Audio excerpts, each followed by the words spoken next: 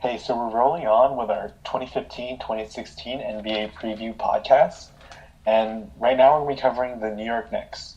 Right, so obviously last year, kind of a down year for New York Knicks. They sucked. The worst in the history of the franchise. The record 17-65. Over the offseason, a little bit of bright side. They had a pretty good offseason by New York Knicks standards in the past couple of years. When you're the worst team, you can't really... Alright, you know what? They're one of the worst teams. Minnesota Timberwolves, so back off. When you have no future, then... You know what? Let's just get to the key additions. Okay. Key additions. You had the draft picks of Kristaps Porzingis and Jerry Grant, Notre Dame's own. Both really cool, high upside players. Another key addition for this team, journeyman Derek Williams. Former number 2 pick. Yeah, another high upside pick who hasn't really found his way in the league. Kyle O'Quinn, very efficient at his time with the Orlando Magic, just never really found a niche in that team. And then the two key offseason acquisitions, Aaron Aflalo and Robin Lopez, both off the Portland Trail Blazers once they had their own nuclear meltdown. Yeah. As for their losses, I think we might need a moment of silence, but never mind. They lost Quincy Acey, the young man's Reggie Evans. They lost Cole Aldrich, the chemistry guy. They also lost Tim Hardaway Jr. They traded him to the Hawks after that Jerry Grant pick. They also lost Shane Larkin and Jason Smith. And finally they lost Andrea Bargnani. And they still owe that draft pick to the Raptors. Stop. For Andrea Bargnani. Stop. Don't have to remember these things. So, starting a lineup for the New York Knicks. Also, quickly, on the Quincy Acey thing, you said a young man's Reggie Evans. Yeah. I think he's kind of like the Bruno Caboclo of Reggie Evans. He's 5 years away from being 5 years away from being Reggie Evans. So I think he has the beard and the baldness and the not really too skilled aspect of his game now. He just doesn't have the excellent at one specific thing part of the game. Yeah. But here's hoping they have great careers somewhere else, not on my team. Anyway, so starting lineup for New York Knicks. This is kind of controversial. You know, they have Jose Calderon holding down the point guard spot, Aaron Aflalo as the shooting guard, Carmelo Anthony and Derek Williams as the two forwards, and Robin Lopez. Obviously, New York faithful kind of want Grant and Porzingis starting. Yeah, I want Grant and Porzingis starting. Yeah, I don't think there's much upside left in Calderon. Derek Williams is trying to make his case to start in preseason right now. Obviously, he's destroying, leading them in scoring as they went on for a 4-1, 5-1 record as of right now. I don't know, though. I kind of want to see Porzingis and Grant start, but at the same time, maybe the fact that they don't have a pick this year is kind of leading them to try and be more competitive and not give the rookies the brunt of the minutes right away. How much do you see Carmelo playing at the 4 this season? It changes, honestly. If you're starting Williams, him and Anthony can kind of form one beast. Like, you know, they're both kind of that positionless spot. Derek Williams... Defenseless. Derek Williams hasn't really found a niche. He's not a shooter or a perimeter defender, so he can't really fill that 3 spot. He does really well in the baseline, and stuff like that, but he's not a post-up defender. So I'm not sure which spot they're going to be considered. If they start Derek Williams with Carmelo Anthony, though, I think they're both kind of just going to be tweeners, and they'll figure it out from there. Yeah, I really don't see why did the Knicks sign Derek Williams to such a big contract. He's almost like in the Thomas Robinson class. Like, he's been dumped by a couple of teams already. He was dumped by the Wolves, dumped by the Kings, and he really didn't play a lot of minutes for either of those teams. And both those teams were basura. I mean, he was a starter for the Wolves at one point. Way back when. He was that great. Like, he averaged 12 points per game his sophomore year. Yeah, that was obviously when Kevin Love got injured and they were looking for options. his percentages weren't that great. Yeah. I don't know. I think he deserves some time. I think he deserves a chance. The Kings, I don't think it's fair to judge him on Kings playing time because there's only 2 players on that roster that found playing for that organization helped them in any way. And that's DeMarcus Cousins, who's a transcendent talent, and Rudy Gay, who for some reason has just fit in really well there. Anyway, so stats. Let's move on before we get into an altercation about this. What do you think the stat is that defines this team this year? Last year, the Knicks' net rating was the worst in the league, which is the addition of their offensive and defensive rating. So even though they didn't have the worst record in the league last year, they were still really bad. I mean, they won a game against the Spurs, and that could have prevented them from getting the number 1 pick, but they really weren't a great team last season.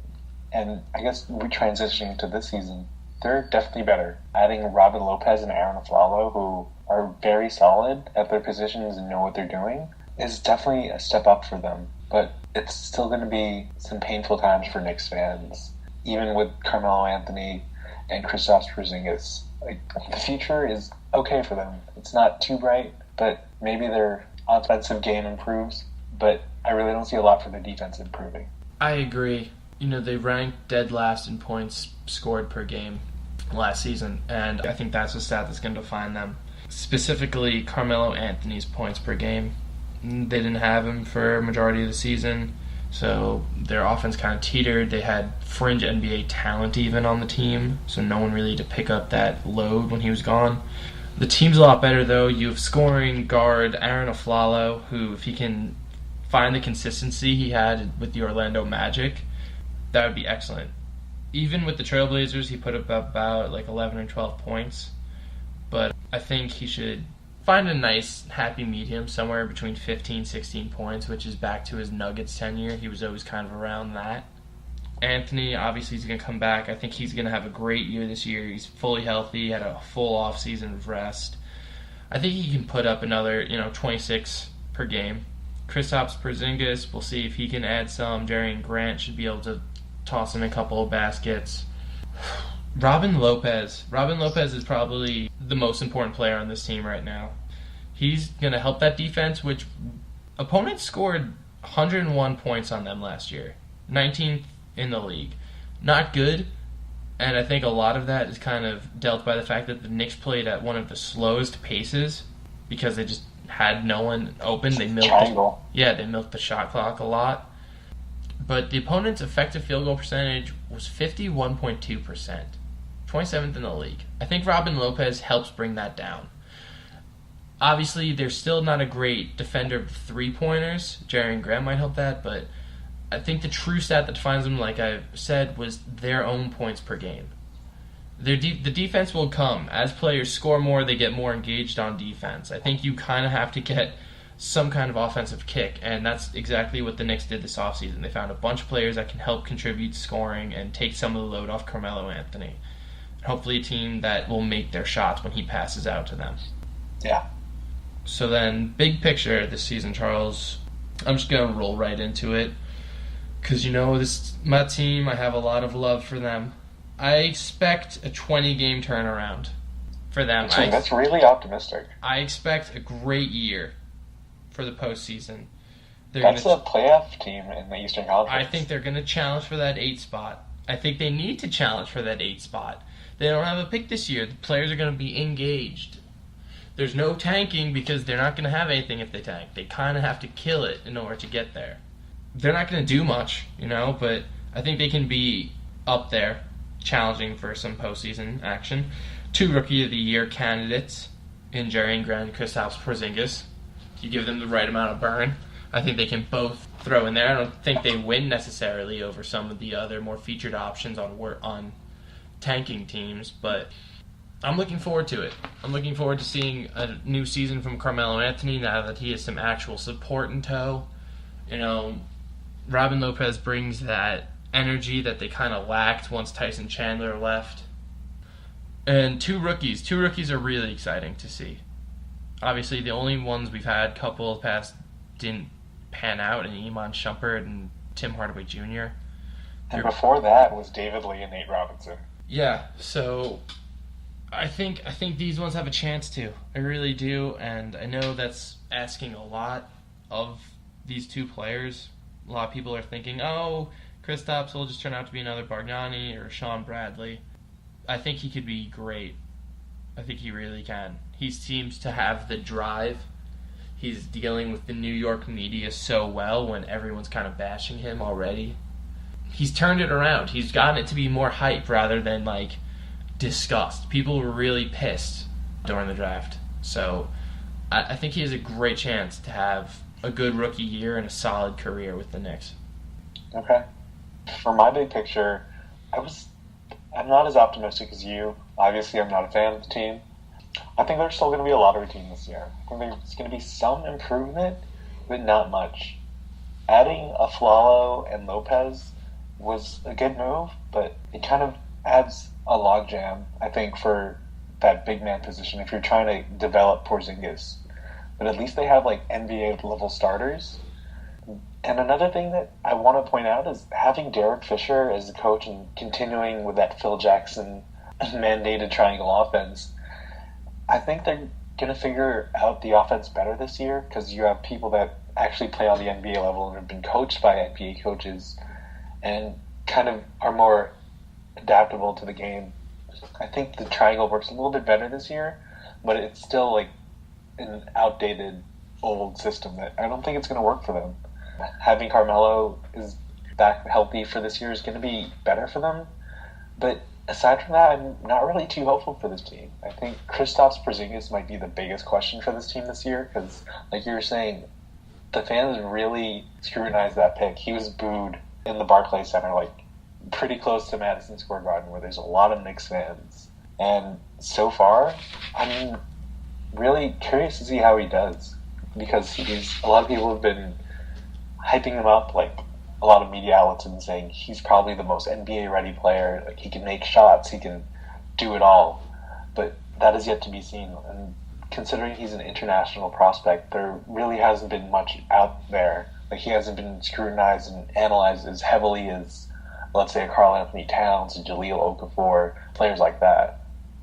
Another thing to add in about the fans, the big time thing that I know we're not going to go over in social media, so I'm going to drop it now. The kid crying. I don't know if you remember that when they zoomed in. No. Oh, you need to look it up to the reaction video of Porzingis' pick. Who did he want drafted? They wanted Emmanuel Mudiay.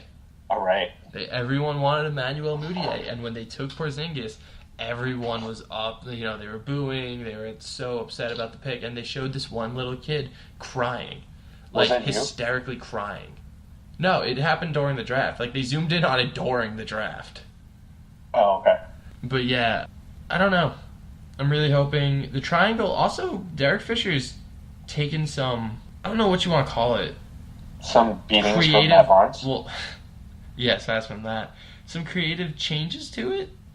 He says that they're not so much interested in setting up the triangle anymore as they're just taking a good shot, which is what the triangle is, so I don't know what he means by that. Maybe he means it's more of a pace game. They're leading the NBA in pace right now during the preseason.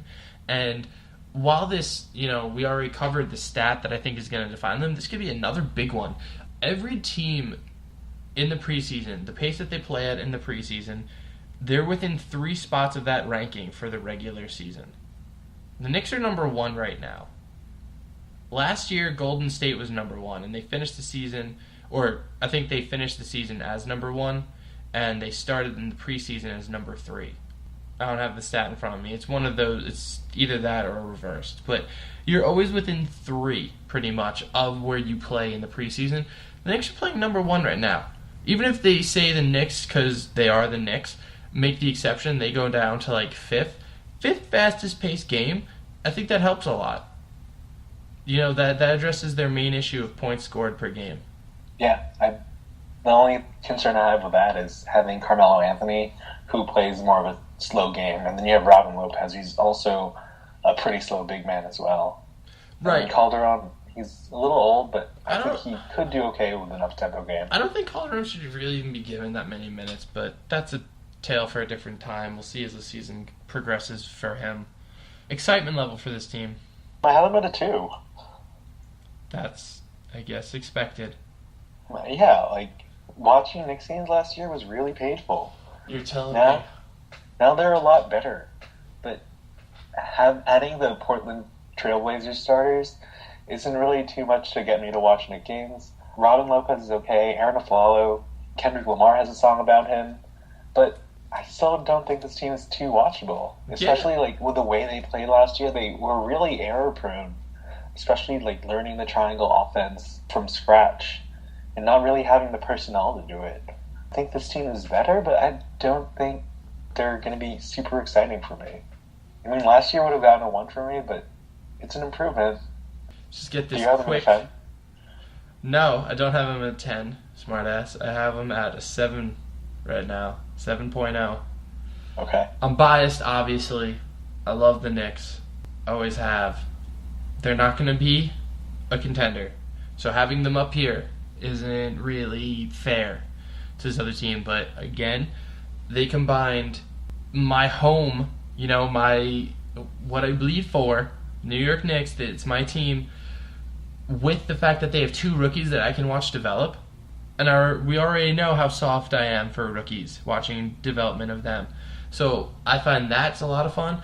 Anthony, when he goes off, if he can go off worst for like the Bobcats, like that game, the 63-point game, that would be cool. 62-point game.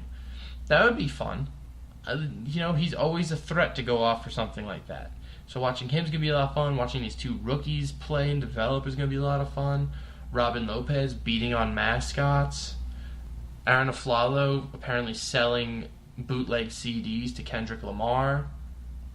There's a lot of intrigue with this team. Langston Galloway being the NBA's most overrated, yet somehow underrated, yet went back to overrated because he's from a bad background, whatever player.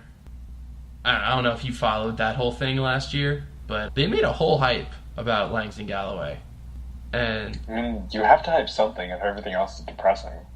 I mean, yeah, but like everybody was buying into it. It was very similar to like Lynn Sanity. It was Galloway Sanity. Lang Sanity.